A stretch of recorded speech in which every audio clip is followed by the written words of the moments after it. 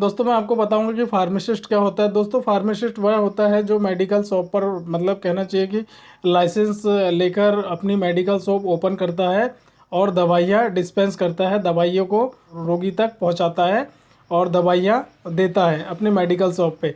तो फार्मासिस्ट का मतलब ये होता है दोस्तों कि बी फार्मा या डी फार्मा या फिर फार्मा डी करने के बाद एम फार्मा करने के बाद स्टेट की फार्मेसी होती है, स्टेट फार्मेसी होती है, वहाँ से रजिस्ट्रेशन कराया जाता है। उसके बाद रजिस्टर फार्मासिस्ट बन जाते हैं दोस्तों।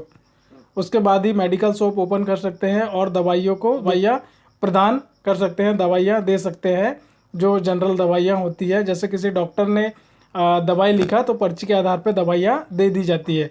तो एक रजिस्टर्ड फार्मासिस्ट को ही अधिकार है दवाइयाँ देने का। वह उम्मीदवार जो किसी भी फार्मेसी कोर्स को करने के बाद पीसीआई मतलब फार्मेसी काउंसिलिंग ऑफ इंडिया में रजिस्ट्रेशन कराने के बाद वो प्रॉपर तरीके से फार्मासिस्ट बन जाता है, रजिस्टर्ड फार्मासिस्ट बन जाता है और एक रजिस्टर्ड फार्मासिस्ट कहलाता है।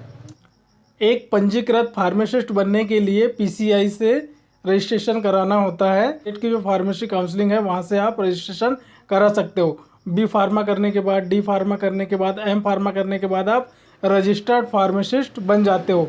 मतलब आपने यदि बी फार्मा किया है, डी फार्मा किया है और एम फार्मा किया है और फार्मा डी किया है, यदि आपने अपने स्टेट या फिर कहना चाहिए कि फार्मेसी काउंसिलिंग ऑफ जो इंडिया है वहाँ से आपने रजिस्ट्रेशन नहीं कराया है कोर्स करने के बाद, तो आप रजिस्टर्ड फार्मासिस्ट नहीं कहलाओगे जब तक आप रजिस्ट्रेशन नहीं कराओगे।